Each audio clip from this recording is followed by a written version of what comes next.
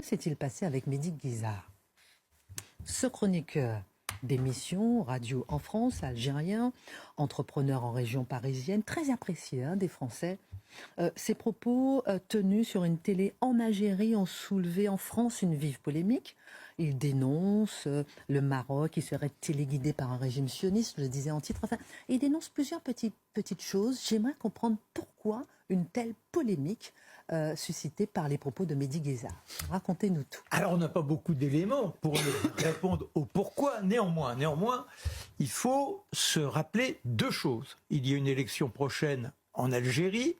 Il se retrouve en Algérie en étant algérien et on connaît la liberté de parole en Algérie. Donc comment on peut attendre d'une personne qui a une belle image en France, qui représente la réussite? Il est un entrepreneur prolixe, un garçon qui a été extrêmement imaginatif. Vraiment, il est très très brillant. Et quand il cause dans le poste, comme on dit, il enflamme les uns et les autres avec de l'humanisme. Et tout ça se recompose dans son quotidien. Alors comment peut-il soudain devenir le vociférant, l'homme porteur d'une graine de haine? Je vais essayer d'éclairer cela. Et le deuxième point, n'oublions pas qu'il y a un conflit entre le Maroc et l'Algérie depuis des années. À propos de quoi? À propos du Sahara occidental. Le Sahara occidental à 80%. Il est géré en autonomie, mais géré par le Maroc. Il y a 20%, le Polisario. Là, c'est la Mauritanie, et ce sont des rebelles, en quelque sorte. Et les Algériens sont plutôt de ce côté-là. Et au mois de juillet, que s'est-il passé? Eh bien, en plus, les Français ont estimé que ce que proposaient les Marocains pour gérer cette crise du Sahara occidental, c'était la bonne solution. Tant et si bien que les Algériens se sont fâchés, ils ont rapatrié aussitôt leur ambassadeur, et donc on a ce personnage qui se retrouve sur les terres d'origine, avec ce gouvernement qui est en train de se battre pour essayer de se succéder à lui-même, en affichant un résultat extraordinaire, parce qu'on est très mal informés, nous. C'est quand même la troisième puissance économique, dixit le président sortant. L'Algérie est la troisième puissance économique du monde. Voilà une réussite. Venons-en à ces accusations. Non, mais c'est important parce que ça permet de comprendre le contexte. C'est-à-dire que s'il s'exprime librement en France, quand il est dépassé, c'est plus tout à fait pareil. Mais alors là, il tombe quand même. C'est même pas de l'outrance. Il tombe dans l'inacceptable. Un État voyou, où on peut voler un enfant. Donc il critique le Maroc. Un État voyou. On peut voler un enfant. On peut un enfant selon sa fantaisie. C'est l'État de la c'est un État, pas un pays vraiment musulman. Et ça aussi, c'est très intéressant. Pas un pays véritablement musulman. Or, n'oublions pas tout ce qui se passe en Algérie depuis si longtemps.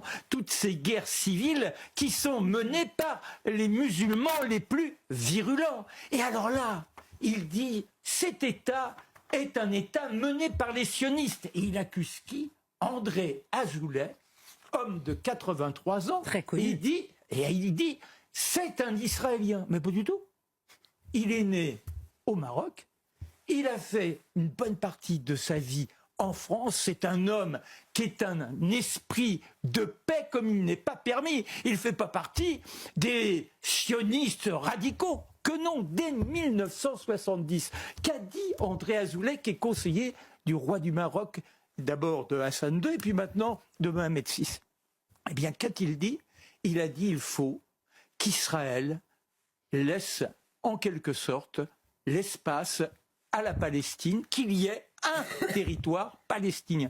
Il a même désigné une capitale. Il a dit il faudrait que ce pays puisse se reconstituer derrière les frontières de 1967. Ce qu'affirme également de son côté Mohamed VI, qui apparemment a une bonne oreille, celle de M. Azoulay. Or, que dit Mehdi Guizar?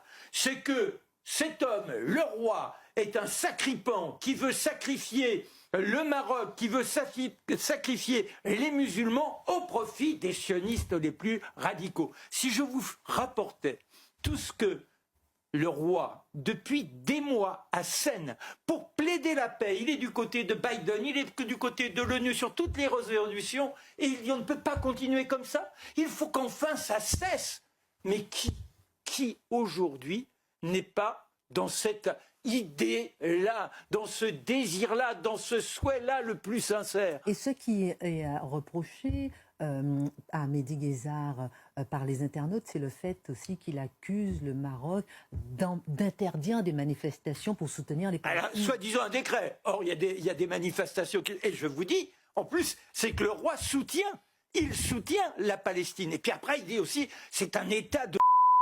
Mais ce qui est quand même dramatique, je reviens sur M. Azoulay, c'est que quand on est dans un pays où il y a quand même un certain nombre de fanatiques, que l'on désigne cet homme comme étant un sioniste, un homme qui hait les musulmans, c'est une véritable fatwa.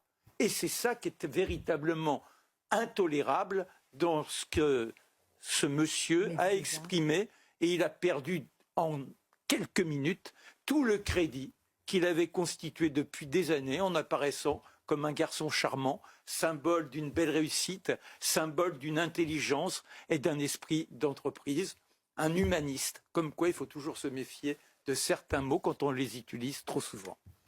Il est très apprécié effectivement des Français. Merci Marc pour ce décryptage à propos de cette polémique parce qu'on voulait effectivement comprendre.